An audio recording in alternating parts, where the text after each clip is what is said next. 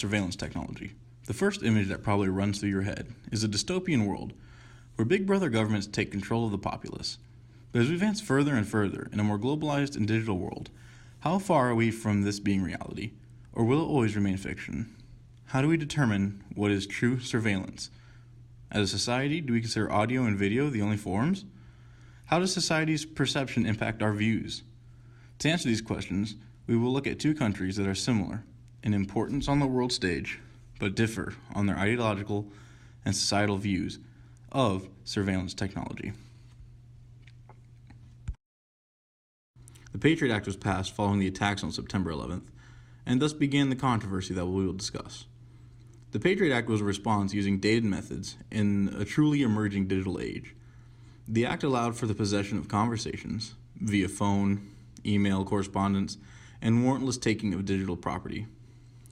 However, these laws, which were carried out by the NSA, an organization directly run by the United States government, were built upon the existing structures of perceived laws and conventions set by the judicial branch.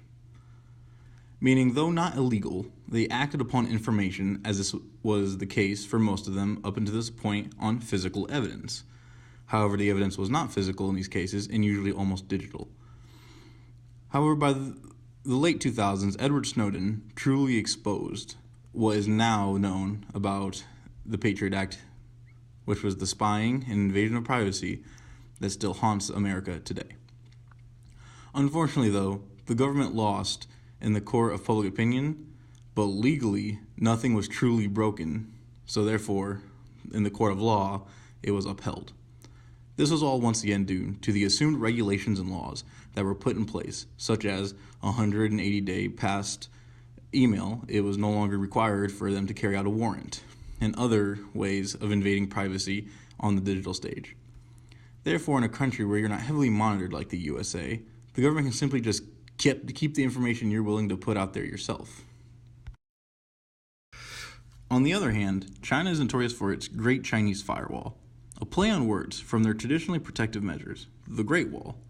However, instead of keeping Mongolians out, the purpose of the Great Chinese Firewall is to keep information about the CCP and China itself inside and protect, quote unquote, their own citizens from outside information.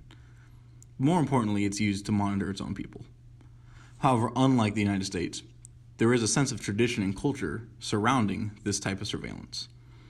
Beginning as early as Confucian, but more conveniently for this story, for us it would be around the era of Mao Zedong post-World War II, the code of holding each other accountable for the party and reporting bad behavior was already in full swing.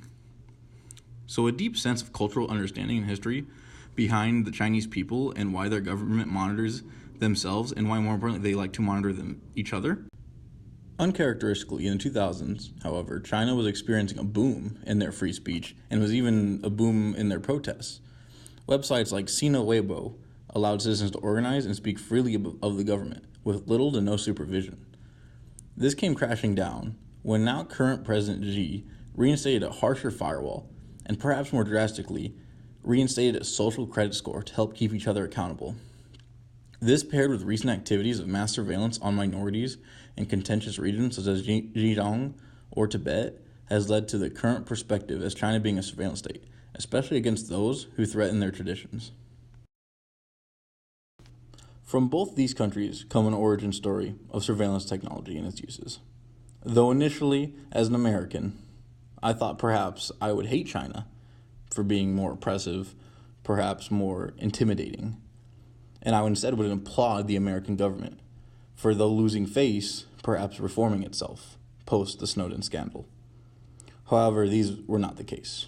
In both examples, both countries use surveillance as a tool or weapon, usually a justification to combat terrorism, violence, or illegal activities that plague the populace.